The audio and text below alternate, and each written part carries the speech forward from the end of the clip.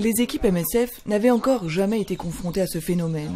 Une épidémie d'Ebola qui se propage sur plusieurs zones, passant du sud-est du pays à Conakry, la capitale. Aujourd'hui, 5 villes de Guinée sont touchées. On est confronté à une épidémie d'un type qu'on n'a jamais vu, une ampleur qu'on n'a jamais vue, par la répartition du nombre de cas sur le territoire. Il y a eu des cas à Nzérékoré, des cas à Macenta, des cas à Kissidougou, à Kéguédou, maintenant à Conakry. Ça nous complique énormément la tâche, les autres épidémies étant beaucoup plus concentrées que celles auxquelles on est confronté actuellement. La priorité des équipes médicales est d'isoler les patients, car la transmission se fait par les sécrétions corporelles d'une personne infectée, notamment la salive, le sang ou les vomissements. La contamination peut avoir lieu même après le décès du malade. Il n'existe ni vaccin, ni traitement pour lutter contre le virus Ebola. Notre action vise à les rendre plus forts, à faire en sorte que leur corps ne soit pas déshydraté. On est les seules personnes en contact avec eux physiquement, donc on essaie de les toucher beaucoup aussi pour qu'ils aient un contact physique, parce que là ils sont vraiment seuls, personne ne les touche, c'est difficile.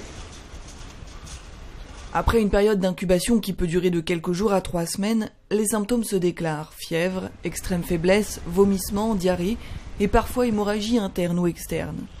Les équipes MSF sont présentes dans 3 sites en Guinée pour isoler les malades et les personnes de leur entourage qui ont pu être contaminées et construire ou renforcer de nouvelles structures d'hospitalisation adaptées.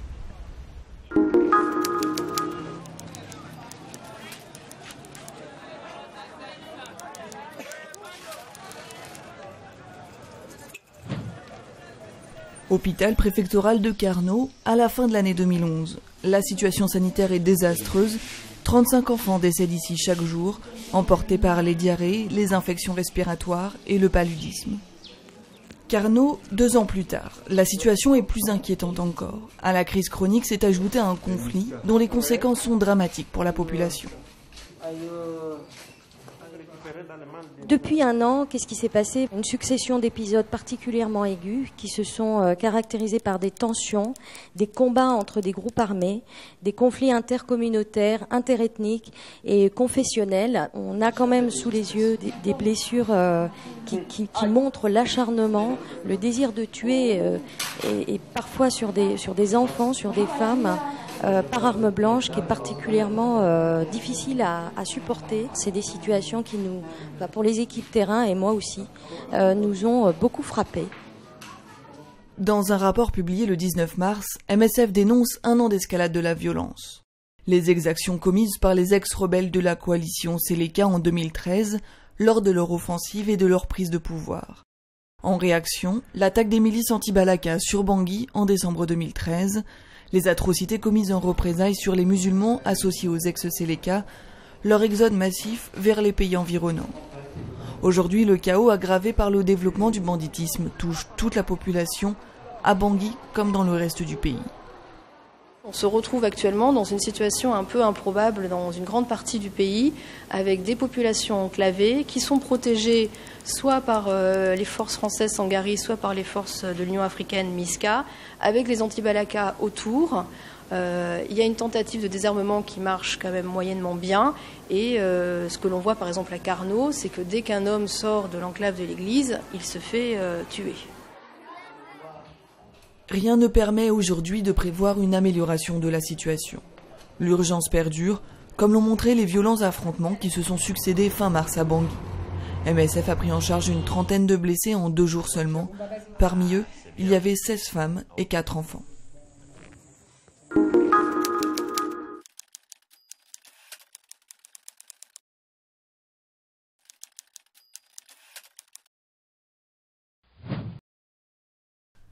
Plusieurs centaines de milliers de personnes vivent dans des camps à travers tout le Soudan du Sud, déplacés par un conflit qui risque de durer. C'est le cas dans la capitale, Djouba, où 25 000 personnes s'entassent dans le camp de Tomping. Leurs conditions de vie sont déjà inacceptables, elles vont vite s'aggraver avec l'intensification des pluies. Ces personnes n'envisagent pourtant pas de rentrer chez elles. Ici au moins, les déplacés bénéficient d'une aide et d'une relative sécurité. Ailleurs dans le pays, les combats continuent et la saison des pluies va compliquer l'acheminement d'une aide déjà largement insuffisante. Certains Sud-Soudanais ont donc décidé de partir plus loin encore, ils ont franchi la frontière qui sépare le Soudan du Sud de l'Ouganda. À cause du conflit en cours au Soudan du Sud, les gens traversent la frontière et arrivent dans le district d'Adjoumani. À leur arrivée, on les dirige vers les camps de transit de New Manzi et au bout d'une semaine, ils s'installent dans les camps permanents. 55 000 personnes sont enregistrées ici. Chaque jour, elles sont rejointes par plus d'une centaine de nouveaux réfugiés. MSF intervient dans le camp de transit ainsi que dans 3 camps permanents. Elle y assure l'approvisionnement en eau et les soins médicaux. À Dzaipi, tout près des camps, MSF a aussi ouvert un hôpital, une maternité et prend en charge les enfants malnutris.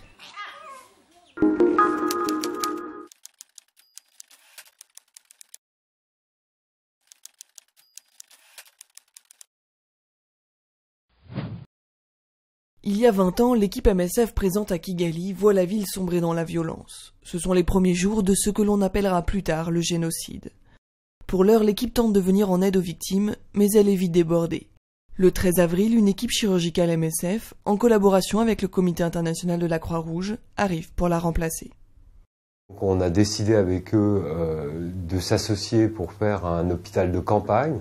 Quand on passait les barrières des miliciens, ces derniers nous expliquaient que notre travail servait à rien, que de toute façon ils avaient prévu de tuer tous les Tutsis. Et en pratique, c'était impossible de transporter des hommes adultes. Donc on avait quand même beaucoup de mal à faire ce travail de transport des blessés. Pendant des mois et à travers tout le pays, MSF va continuer son action au Rwanda.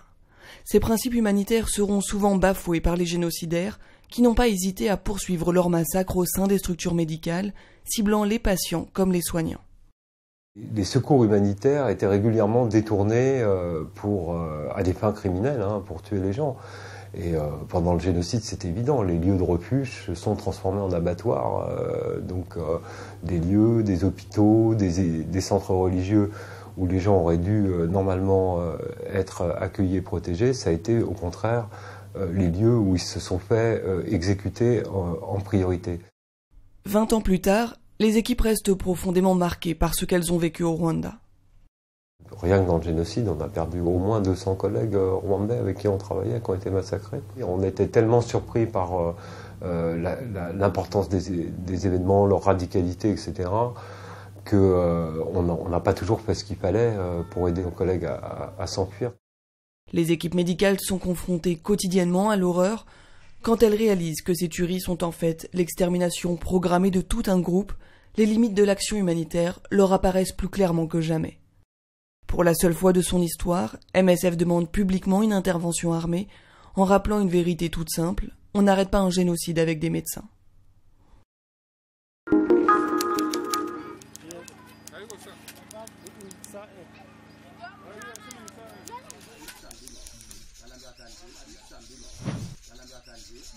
En RDC, près de 3 millions de personnes ont été contraintes de quitter leur foyer.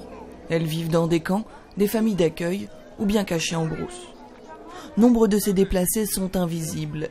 Ils ne bénéficient ni des services de l'État, ni de l'aide humanitaire. Augustin est arrivé à Walikale, au nord Kivu, après avoir fui avec sa femme et ses 7 enfants. On était obligés de se porter les uns les autres, sur le dos, comme des fourmis. Les plus âgés portent les plus petits. J'en portais un, leur mère un autre. Du coup, on ne marche pas au même rythme. C'est comme ça qu'on est arrivé ici. Le 3 mars, Médecins sans frontières a publié un rapport dénonçant les souffrances silencieuses de la population congolaise. La situation est particulièrement inquiétante dans l'est du pays, où les soins médicaux ne sont pas accessibles aux personnes qui en ont pourtant le plus besoin.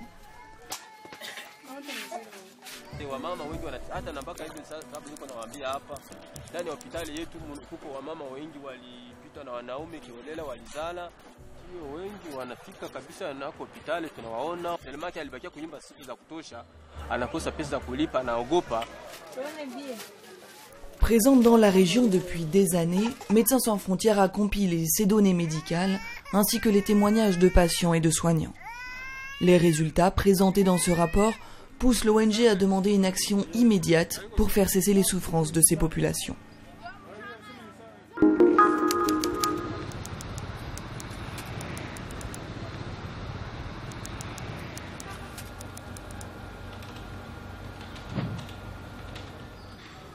La prévalence de la tuberculose au Cambodge force les équipes MSF à innover.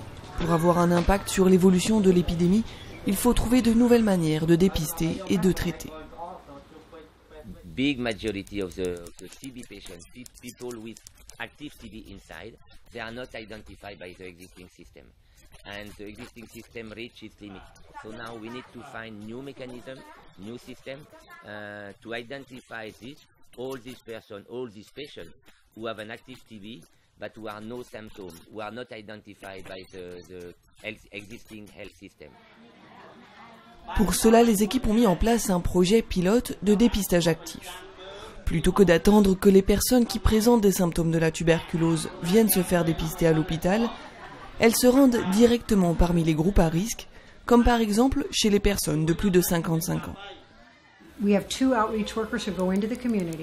personnes sont chargées d'aller dans les communautés pour faire de la sensibilisation, pour expliquer notre activité, préciser que tout est gratuit, détailler comment cela fonctionne et comment nous allons les emmener à l'hôpital, et aussi pour répondre aux questions. Elles distribuent des brochures pour informer les gens et ensuite ils sont transportés ici, sur le site. Une fois à l'hôpital, les personnes bénéficient d'une radio des poumons et d'un examen clinique. Pour les cas suspects, on procède ensuite à l'examen d'un crachat. Les premiers résultats montrent que les équipes dépistent environ 2 fois plus de cas de tuberculose. Mais de nombreuses personnes continuent de passer entre les mailles du filet. Les commerçants, par exemple, qui ne prennent pas le temps de quitter leurs échoppes pour venir se faire dépister. L'équipe de sensibilisation insiste auprès d'eux pour s'assurer que tous ceux qui ont besoin d'un traitement puissent en bénéficier.